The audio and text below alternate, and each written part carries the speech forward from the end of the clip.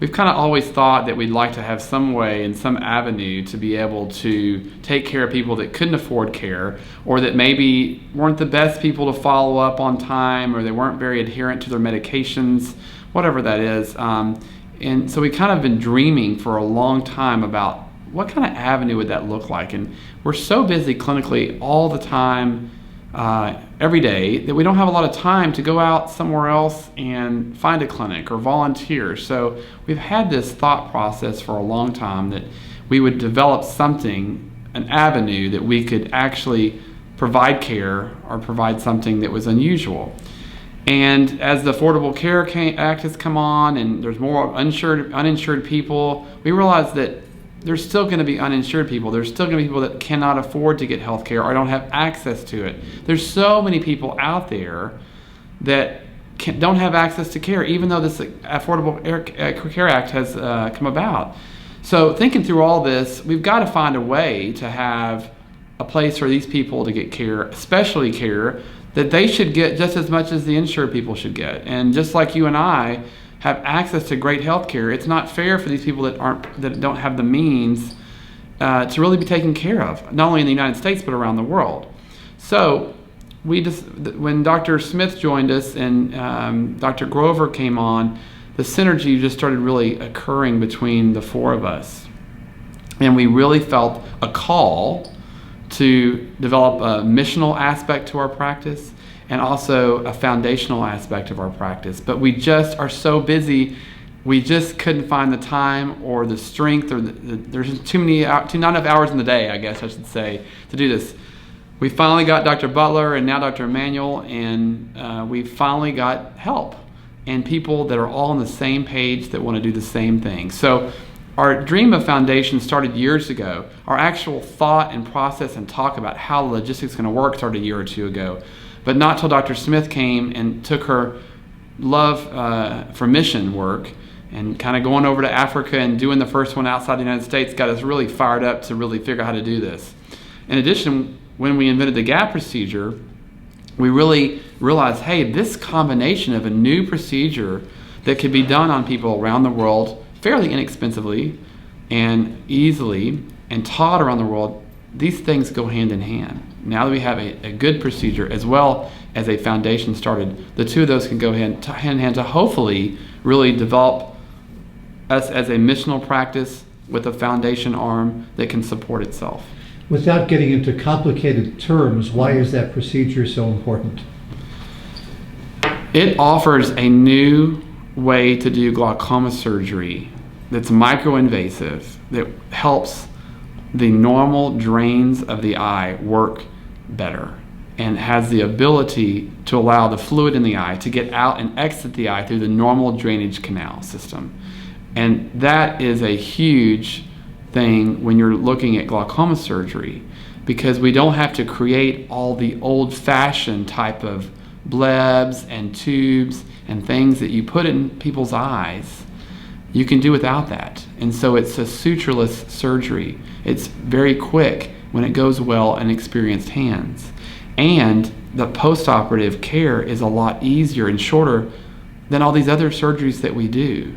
So we're offering a new surgery that works well, that's easily followed in the post-operative care.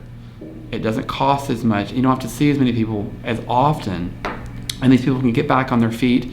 And it doesn't, real quickly, and it doesn't take away the fact that you can do the traditional surgeries in the future if you need to. So the old surgery was like a canaloplasty? Well, the canaloplasty was what really started the whole suture in the canal. I'm talking more about traditional surgery like trabeculectomy surgery, which has been the gold standard for glaucoma surgery, where you have to actually open up the skin of the eye, which is called the conjunctiva, and make a little pocket of fluid with the person's own tissues. And not only is it hard to get that to work without skilled hands, but it requires an extraordinary amount of follow-up afterwards. Most of the glaucoma surgery that we do is you get skilled at it as a surgeon, you can do it in the operating room. The hard part is the art form that comes for the next month or two after the surgery, where you have to modulate things and maybe cut stitches or change drops and do so many different things to get this operation to work. I tell people it's not like getting your appendix out, where you go get your appendix out and you're done in a few days and you get better.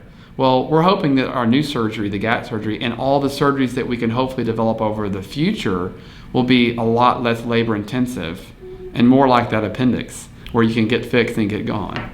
And how close are you to perfecting this? Well, there's no doubt this surgery is not complication-free or doesn't have problems. But we're learning after doing 2 or 3 years of these surgeries how to adjust things so that we will have minimal complications and the ability to make this work in as many people as possible. There's no doubt that this surgery is not the end-all.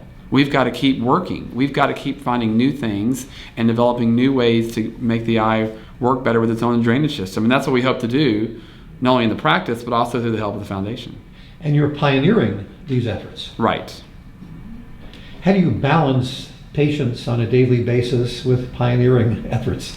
Well, that is a very hard thing to do because we're blessed to be very busy here clinically and seeing patients and having a great network of people that support our practice.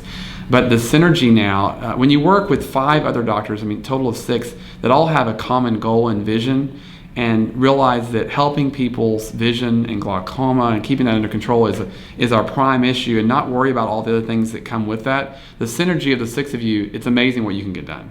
It's a common goal and common vision. And so we find time to do this, and we have to make time. And maybe one doctor will come up with something and they'll bounce it off the other doctor, and then we'll have a meeting and we'll say, oh, did you do this? Did you try this? And the wealth of experience makes you excited and want to work harder to find the next thing. And so that's what's working that's now. And it seems like a calling for you and the other doctors. It absolutely is, and you have to have that working in glaucoma. It really needs to be a calling to be able to do what we do every day. Our specialty is extremely hard. It's one of probably the most difficult specialties to work through on a daily basis in all the specialties of ophthalmology, because people are going blind. And we're not like the other doctors that are trying to improve vision. We're trying to save vision so you don't lose vision. And that's a hard thing to deal with because we don't always win.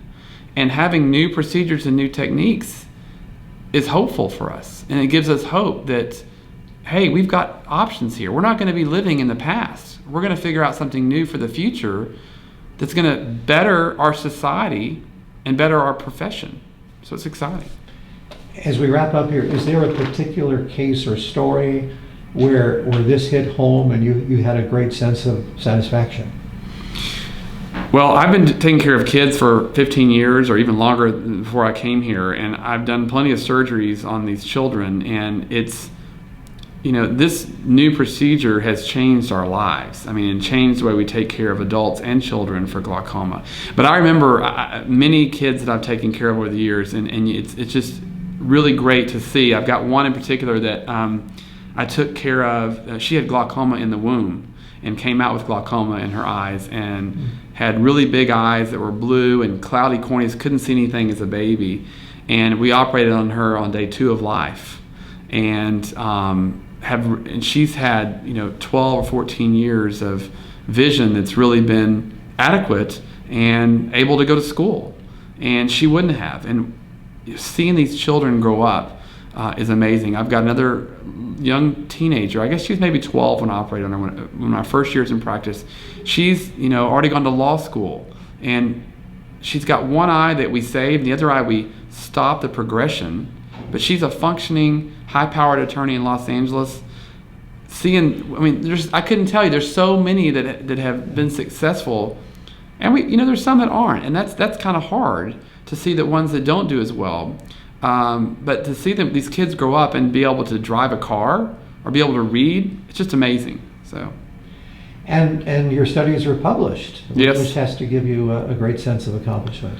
It does. Yeah, we got this gap teacher published in one of the best world-known journals in January of this year. And obviously we're doing a lot more work to try to get some more published on this information as we go forward. But yes, we're real excited to be kind of getting notarized noticed as the practice that's doing great things here in the South.